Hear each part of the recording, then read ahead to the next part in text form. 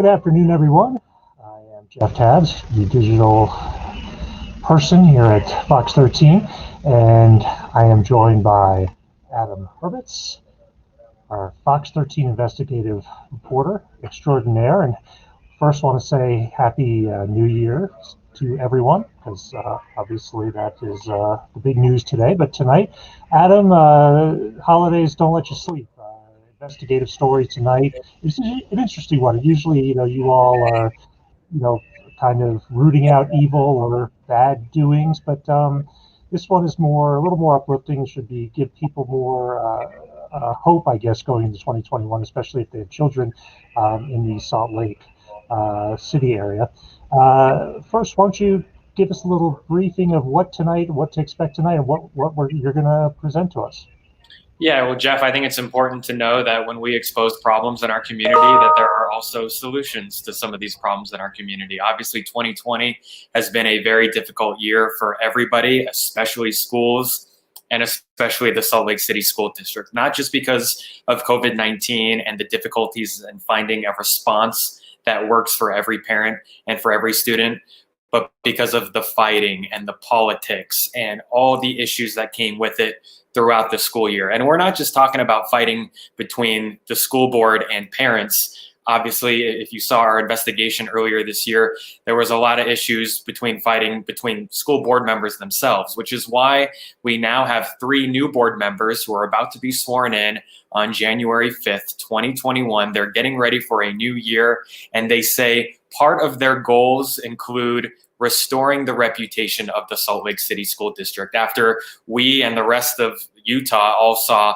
profane messages sent between board members. We saw unprofessional messages sent between board members. And we saw basically a standard that the kids would be expected to live up to, and you would hope the adults would be expected to live up to as well. So 2021 is a new year. They say we understand our colleagues may have made some mistakes, but our priority right now is on unity, and they have some ideas, some goals, and steps they want to take to make sure that 2021 goes a lot better.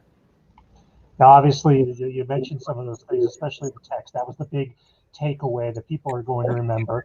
Where is that stand now? I mean, I know that that is not under the rug, swept under the rug. That some of those people who were involved in the text.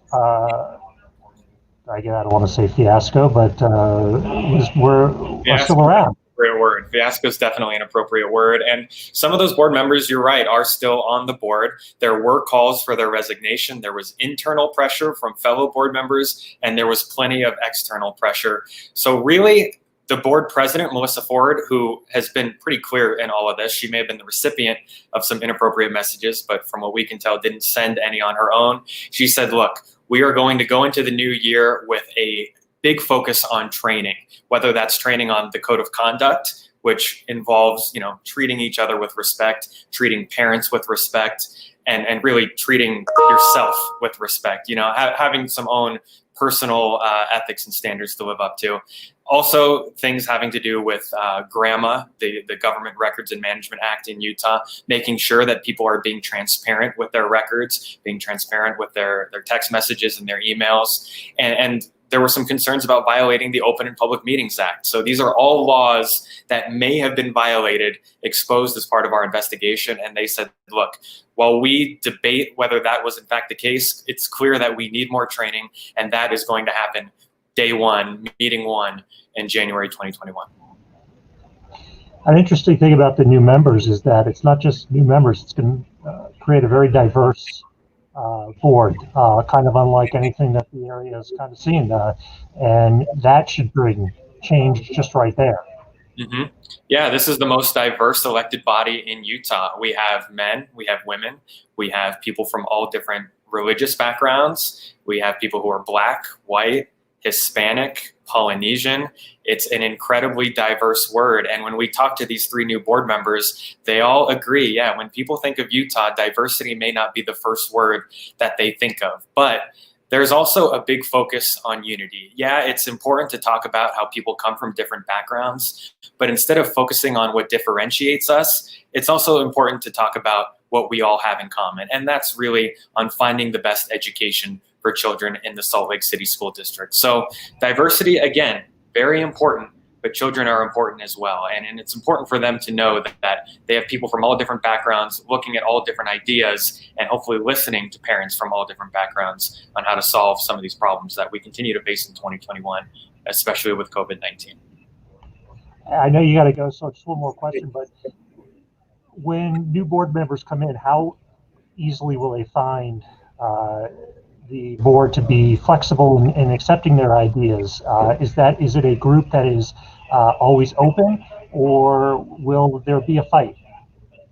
Well, that's certainly the goal, right? I mean, every board member has an equal voice. There are 7 of them.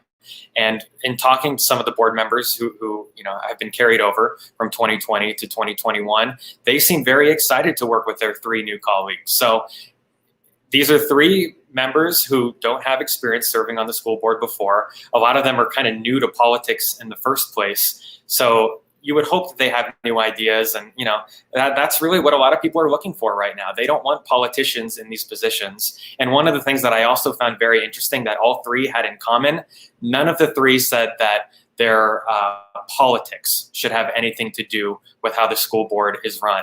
None of the 3 wanted to specify whether they were Democrats or Republicans, for example. All 3 said, in this role, I am a 100% independent, because at the end of the day, kids don't care about Republican versus Democrat. They just want to have a good education. Definitely true. Definitely true. Well, I will let you get back to work because I know the piece still is not done. But tonight at 9 o'clock, the finished piece on Fox 13. Listen, folks, we're all being told to stay in on New Year's Eve, and let's do that and watch Fox 13 at 9, and then watch the fireworks on TV afterwards. Thank you, Jeff. I appreciate it. Take care.